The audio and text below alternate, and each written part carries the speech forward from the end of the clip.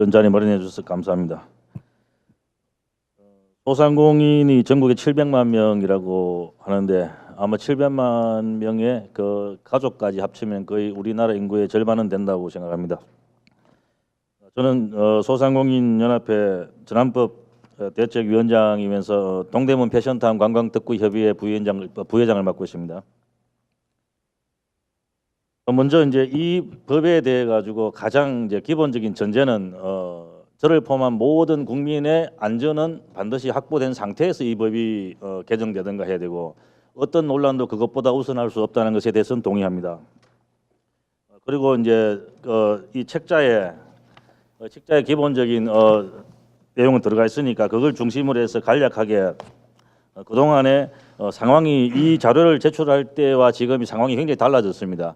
그때만 해도 전환법이 과연 개정될 수 있을까 하는 굉장한 회의가 있었지만 지금은 여러 가지 상황이 바뀌었기 때문에 바뀐 상황에 따라서 말씀을 드리겠습니다. 첫 번째, 이 법은 이제 대기업에서는 이 법에 대해서 크게 제약을 받지 않습니다. 이 법이 이제 최초로 된 것은 벌써 수십 년 가까이 됐는데 시행될 당시에도 대기업에서는 이 법에 대해서 원래부터 하고 있던 것이고 특히 소상공인들은 이 법에 적용은 받고 있었지만 단속을 하지 않았을 뿐이었습니다. 하지만 이제 그 단속이 어떤 이유에서 이렇게 이제 갑자기 됐는지는 잘 모르겠고요. 그것도 일단은 가장 이제 피드백이 빨리 온 것이 무엇이냐? 온라인상의 모든 제품에서 공급자 안전 확인 서류를 보관하라고 하는 그 보관이 없는 제품은 올리지 마라. 그 번호를 인증 번호를 올리라고 했습니다. 이제 그것에부터 모든 발단이 시작됐고 동대문 같은 경우에서는 보통 매출의 비중이 중국이 한 50%, 온라인이 한 30%, 직접 방문객이 20% 정도로 지금 구도가 짜여져 있었는데 사드 문제로 인해 가지고 50%가 40%로 날아가 버렸고 그다음에 이 문제로 인해 가지고 나머지 30%가 혼란에 빠져버렸어요. 1년간 유예라고 하는 것이 과연 진짜 유예냐 아니냐에 대해서 갑론을박하고 있고 이것이 그 밤 장사하는 사람들 혹은 그 소공인들, 소상인들이 과연 그 법의 조문을 해석하기 위해서 동분서주해야 되는지 그것이 이제 아마 정치권에서 책임을 방기한 게 아닌가 하는 생각도 듭니다. 그리고 그 맞춤 아까 말씀하신 월계수 양복점이라는 드라마인데 그 맞춤은 적용 대상에서 제외되는 대신에 의류, 공예품, 핸드메이드, 양초, 그 다음에 커튼 이 모든 것들이 다 이제 이 법의 적용 대상입니다. 근데 이제 일반적 소상공인이라 하는 것은 5인 이하 사업장 혹은 이제 그 제조라든가 판매 이런 것들은 건설 운수 같은 경우에는 10인 미만 사업장인데 이분들이 원자재를 구매해 가지고 재가공을 하거나 그 원자재의 그 변화를 일으킬 만한 어떤 그 공정을 다 추가할 정도의 규모가 되지 않습니다. 그런 규모는 그 대기업이나 중소기업 정도에서는 가능한데 이 법은 거기에 대해서 철저하게 검사가 이루어지지 않았기 때문에 종이 비행기를 잘라서 붙이면은 쉽게 말해서 이 법의 적용을 받는다고 생각할 정도로 원단을 잘라서 박음질을 해도 이 법의 적용을 받습니다. 그다음에 현황 동대문 같은 경우에는 여러분도 아시다시피 아침에 제가 새벽 6시에 퇴근을 해가지고 원단 가게 가서 원단을 주문하면은 10시쯤 되면은 이 원단이 공장에 도착합니다. 그러면은 12시쯤 되면 절단이 되고 오후에 박음질을 해서 그 다음에 다리는 곳으로 갔다가 저녁에 의류가 가게로 입고가 됩니다. 근데 이 법대로 지키려면은 시험 검사소에 분석을 맡기면은 기본 5일 걸립니다. 급행료 주면은 3일 만에 마칩니다.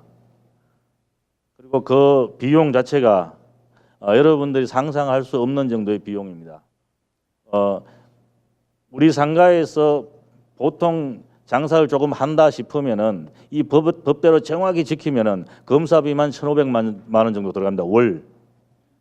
여러분들은 그것은 주장을 좀 더 포장해서 한 거 아니에요. 천만의 말씀입니다. 작년 11월 달에 서울시는 2년 동안이나 이 문제를 가지고 집중적으로 저도 그 서울시 공산품 품질 안전 그 정보은행 협의회 위원으로 들어가 있는데 2년 동안을 이 관련 전문가니 열심히 동대문 상권하고 논의를 했지만 그리고 정보은행이라는 걸 만들었습니다. 정보은행은 무엇이냐? 누군가가 어떤 원자재를 사용했을 때 그 원자재에 대해서 정보은행에 등록을 하는 겁니다. 이것을 검사했더니 이상이 없다. 그래서 이런 검사서를 받아가지고 이 제품 확인서에 대해서 올려놓으면은 그것을 공유를 하자. 이렇게 하면은 우리가 좀 더 비용 절감을 할 수 있지 않겠는가 해서 했는데 문제는 이것은 거의 동시에 나옵니다. 새롭게 원단이 개발되었을 때 그것을 동시다발적으로 다 같이 사용하기 때문에 누군가 사용해서 이 결과치를 받았을 때는 이미 그거 원단의 유행이 지난 것입니다. 유행이라고 하는 것은 패션에서 디자인도 중요하지만 원단도 유행을 따라갑니다. 그래서 이것은 잠시 임기응변 될 수 있지만 장기적인 해결책이 전혀 될 수 없고요. 그래서 이 법이 개정하지 않는 한은 불가하다. 그리고 이걸 하는 과정에서 500여 건에 대해서 안전성 검사를 했습니다. 그 결과 딱 한 제품에서만 유해성 성분이 일부 검출됐는데 그것은 후 가공을 한 청바지입니다. 청바지는 약품 처리를 하기 때문에 약품 처리한 청바지를 제외한 어떤 옷에서도 중국에서 수입한 의류까지 포함해서 단 한 건도 검출되지 않았습니다. 그다음에 단순 공조 아까 다시 한번 말씀드리지만은 원단을 단순히 절단해서 박음질을 했는데 옷을 새로 만들었으니까 거기에서 유해 성분이 있나 없나를 검사하고 판매를 하시오. 이제 일반적인 의류에서 이제 의류 브랜드들이라는 게 있습니다. 그 브랜드들은 가을 제품은 봄에 만들고 겨울 제품 여름에 만듭니다. 그리고 이제 거기에 대한 재비용이 다 원가에 포함이 되기 때문에 충분히 가능하지만 우리는 아침에 원단 들어가면은 저녁에 물건이 나옵니다. 그리고 커튼 같은 것도 마찬가지겠죠. 주문했는데 가을 거 지금 봄에 미리 하는 커튼 있습니까? 이거는 소상공인들의 전반적인 영업 상황에 대해서 검토하지 않고 일방적으로 작성한 것이 아닌가 하는 생각이 들고요. 문제점 의료 배시에 대해서는 아까 말씀드렸으니까 좀 제외를 하고요. 높은 검사료 부담이라고 되어 있는데 이 부분은 나염 티셔츠라는 것이 어떤 것이냐? 여러분들 여름에 티셔츠를 입었을 때 앞에 글자나 이런 거 있는 것입니다. 이것이 나염입니다. 이 찍는 자 날염이라고 하는데 이 반팔 티셔츠를 우리 상가에서 여름에 도매 단가가 얼마냐? 2,500원에서 3,500원 사이입니다. 그러면은 이거 한 장을 이것을 세 가지 색상을 합해서 300장을 만들 때 원가가 3,000원도 안 되는데 이 검사비가 1,133원이 추가가 됩니다. 그러면은 인터넷에서 판매되는 묶음 판매의 단가 자체가 다 없어집니다. 그러면은 소상공인들의 혹은 또 동대문의 의료업자들의 경쟁력이 어떻게 되겠습니까? 지금 현재 면 제품 같은 경우에 유일하게 중국에 대응할 수 있는 제품입니다. 기름값이 올라간 이후에 이제 화학 섬유 제품에 대해서는 중국이 거의 휩쓸고 다니고 유일하게 면 제품은 한국이 가공 기술이 발달했기 때문에 경쟁력이 있는데 이 가격을 또 올려버리면은 결국은 동대문의 경쟁력이 상실된다는 것입니다. 그리고 검사 기관이 현재 6개인데 6개 검사 기관에 다른 소상공인은 빼고 동대문의 것만 법대로 검사가 다 들어가면 검사할 수 없습니다.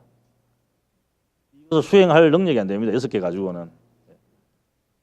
그리고 서울시하고 할 때도 작년 말에 갑자기 검사 의뢰품이 집중되니까 5일 만에 나오던 것이 2주 만에 나오고 20일 만에 나오기 시작했습니다. 그럼 현행 법대로 하면은 검사 기관의 수를 엄청나게 늘려야 되는데 그렇게 늘리다 보면은 검사 기관에서 또 막대한 또 재정적인 손실이 발생할 것이고 과연 그렇게까지 가야 될 것인가 합니다. 마지막으로 제도 개선안 이 부분을 제가 집중적으로 말씀드리겠습니다. 이 법의 초창기에는 대기업 쪽에서 상황을 브랜드라는 것의 상황을 가지고 이 법을 개정한 것 같은데 지금은 아마 대형 유통업체의 입장도 상당히 많이 들어간 게 아닌가 하는 그런 생각이 들었습니다. 그리고 옥시 파동에 대해서 이제 많은 비유를 하고 있는데 KC 마크가 붙었다는 것이 안전을 담보할 수 있느냐? 똑같은 디자인의 어떤 상품을 500개를 만들어서 그 중에 한 개를 검사를 해가지고 이상이 없어 KC를 붙였을 때 나머지 499개 중에 또 하나의 제품에서 유통 과정에서 어떤 것이 오염됐거나 해서 어떤 유해한 성분이 나왔다. 거기에 대해서 내가 검사를 맡았기 때문에 나를 봐줄 수 있느냐? 천만의 말씀입니다. 모든 최종 책임은 KC 마크와 상관없이 유해 성분이 나왔냐 나오지 않았냐에서 결정되기 때문에 그러면 이거는 한번 형식적으로 해놓고 유해 성분이 나오면 또 벌칙을 받아야 되는 그런 법입니다. 그다음에 최초의 검사에서 시료를 제출할 때 그것은 판매자나 제조자가 제출하게 되어 있습니다. 제가 안전한 것을 하나 제출해가지고 KC 마크를 받아놓고 그 다음에는 유해한 것을 만들어도 제어할 것이 없습니다. 우리나라는 사전 관리가 강하기 때문에 그 공급자 확인서가 있냐 없냐, 인증서가 있냐 없냐를 따지기 때문에 실질적으로 이것이 유해한 것이 들어가지고 국민의 안전을 해치냐 보다가 그것이 더 중요한 절차로 우리나라는 되어 있습니다 지금. 그래서 이 법에 대해서는 일단 1년 유예라고 하는 것 자체가 또다시 현장을 모르는 것인데 그러면 지금 만들고 있는 것이 혹시나 내년에 팔게 되면 재고입니다. 그럼 재고에 대해서 내년에 팔지 말라는 얘기입니다. 그래서 어느 정도 재고가 소진될 만한 시간은 주어져야 된다는 것이고 그래서 자꾸 그런 걸 지엽적인 걸 따지다 보면은 안 되고 일단은 이 법을 완전한 개선 때까지는 유예를 해야 된다. 그다음에 원자재 단순 공정에 대한 제품에 대한 안전 품질 검사 주체 변경이라는 거는 아까 이제 산업 국회의원에서 말씀하셨지만은 안전 확인 서류만 보관하면 된다고 했습니다. 안전을 확인했느냐는 서류만 보관하면 된다고 했습니다. 아주 간단한 말씀이죠. 그 안전 확인한 그 검사 서류를 확보하는데 그렇게 많은 비용과 시간이 든다는 겁니다. 그런데 이제 법이 굉장히 묘하게 되어 있습니다. 이게 기술 그 표준은 고시에 보면요. 네, 이게 고시 3회 가죽 제품이고 그다음에 고시 이런 섬유 제품입니다. 그 섬유 제품하고 가정용 섬유 제품입니다. 여기에 4-2항을 보면 이렇게 되어 있습니다. 맨 마지막에 공급자 적합성 확인을 하려는 제조업자 및 수입업자는 이게 소상공인들입니다. 쭉 띄워가지고 원자재 공급 업체가 제시하는 시험 성적서 등을 통하여 공급자 적합 확인 기준에 따랐는지를 확인하여야 한다. 그러면 원자재 공급업자가 의류 같으면 의류나 커튼 같은 경우에 원단 공급업자가 이 확인을 받아가지고 제조업자나 우리 소상공인한테 주면 된다는 겁니다. 그런데 이것이 의무사항이 아니라는 데 가장 큰 맹점이 있습니다. 우리는 제발 검사 좀 해서 원단을 팔아라. 그 원단업자는 우리는 의무사항이 아닌데. 그래서 이 조항에 대해 가지고 가죽 제품도 마찬가지입니다. 부속서 3회 4-3에 나와 있습니다. 이것에 대해 가지고 원자재 공급 업체의 안전성 검사 시험 성적서 제공을 의무사항으로 하면은 이것이 안전한 원자재구나. 그 안전한 원자재를 가지고 우리가 제품을 만들어서 판매하면은 우리가 확인이 딱 된 겁니다. 이거는. 그리고 거기에 대한 것만 비치를 하면 되고 있고 그렇게 법이 개정돼야 된다고 2년 전부터 계속 그 얘기를 주장을 했습니다. 그 다음에 그 안전의 위해도에 따른 3단계 분류 안전 인정, 안전 확인, 공급자 적합 확인 중에서 위해도가 가장 낮은 공급자 적합성 확인 제품군. 이거는 뭐 의류라든가 이런 것들입니다. 거기에 대해서는 KC 부착 자체를 먼저 폐지를 해야 된다. 이 법이 개정되기 전이라도 그것이 먼저 폐지되어 줘야 되지 않는가. 거기에서 들어간 것이 뭐 여러 가지 제품이 있는데 그 중에서 섬유, 의류류, 그 다음에 양초, 가구, 작은 공방에서 만드는 가구들 다 포함됩니다. 그다음에 접촉성 금속 장신구 이것은 남대문 시장에 주로 하는 거기 액세서리입니다. 커튼, 그다음에 일반적인 의류 이런 것이 다 들어가 있는데 이런 것에 대해서는 먼저 KC를 마크 붙이는 것을 제외시켜 줘야 되지 않나. 거기에 대해 가지고 중국 법은 어떻게 되는지 한번 말씀드리겠습니다. 일단 미국의 UL이라든가 일본의 PS라든가 유럽의 CE, 중국의 CCC는 일단 생활용품에 대해서는 크게 규제를 하지 않습니다. 그리고 여러분들이 그런 나라에 가서 옷을 사 입고 오면은 특별한 마크가 없습니다. 단지 대전제는 유해한 성분의 옷을 만들지 말한 것이지 옷 제조업자한테 이거 저거 다 하라는 그런 제재는 없습니다. 그럼 중국은 어떻게 되어 있느냐? 중국에도 옷에 대해서 세 가지를 나눕니다. 유아용품, 직접 피부 접촉 상품, 비접촉 피부 접촉 상품, 비직접 피부 접촉 상품입니다. 이렇게 세 개 되어 있는데 이 세 개 중에서 마지막이 스웨터, 외투, 스커트, 바지, 커튼, 벽지, 뭐 충전물 이렇게 돼 가지고 이것은 가장 약하게 봅니다. 이것에 대한 포름알데히드의 기준이 C류가 300입니다. 300mg, 킬로그램당 300mg인데 우리 한국은 어떻습니까? 일반 의료 제품에 대해 가지고 포름알데히드 기준이 75 이하입니다. 그리고 우리나라에서 시험 성적서에 나오는 수십 개의 항목을 검사해야 되지만은 중국에서는 포름알데히드가 pH입니다. pH에 대해서는 공기 중에 없어진다는 얘기도 있고 여러 가지 논란이 있지만 pH도 4.0에서 7.5 사이고 포름알데히드가 C류는 300에 불과합니다. 그리고 이것에 대해 가지고 중국에서 어떻게 해놨느냐? 물성의 재정 원칙은 국내의 섬유업계 기술 수준을 고려하고 단지 건강과 안전을 보호케 하는 최선의 목적에 부합하게 하고 제품 원가를 상승치 않게 하는 면을 고려하여 제정하였다. 따라서 중금속 살충제 검사 등은 이 항목에서 제외하고 이렇게 되어 있고요. 그리고 유럽의 표준보다는 낮으나 의료 제품이 중국의 백화점 등 고급 매장에 입고 시 원단에 대한 물성 성적표를 유통기관에 반드시 제출하게 해야 하는 의무가 있다. 이렇게 되어 있습니다. 그러면 중국에서는 백화점 등에 판매하는 의료 등도에 대해 가지고 원단의 안전한지에 대한 검사서를 주라 이런 의미입니다. 그럼 우리는 뭡니까?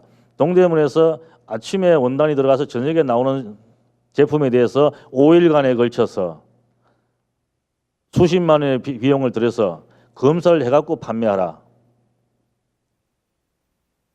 이것이 지금 현실이기 때문에 이 법에 대해서는 반드시 교체해야 될 것입니다. 그리고 근본적으로 소비자들이 유해한 제품을 입지 않는 것이 목적입니다. KC 부착을 어떻게 하면 효율적이고 전부 다가 딱 붙이게 할 것인가. 이 법을 어떻게 전 국민한테 한꺼번에 딱 적용시킬까. 이것이 목적이 되면 절대 안 된다고 봅니다. 그래서 이 법은 실제로 소상공인들이 어떻게 이 제품을 생산 판매하고 있는가, 생활을 영위하고 있는가, 그리고 소비자 안전은 어떻게 보장되는 것인가에 대해서 전향적으로 다시 한 번 더 논의를 해가지고 개정을 해주셔야 좋겠습니다. 그리고 아울러서 아까 나염티를 예로 들었는데 나염티에 들어간 이 날염은 유해 성분이 많습니다. 이런 부분에 대해서는 염료에 대한 국가적인 차원에서 관리가 필요한 것이지 그 염료를 일반적인 소상공인 보고 관리를 하는 것은 맞지 않다. 그래서 거기에 대한 관리 방안도 논의를 해야 된다. 그렇게 생각합니다. 이상입니다.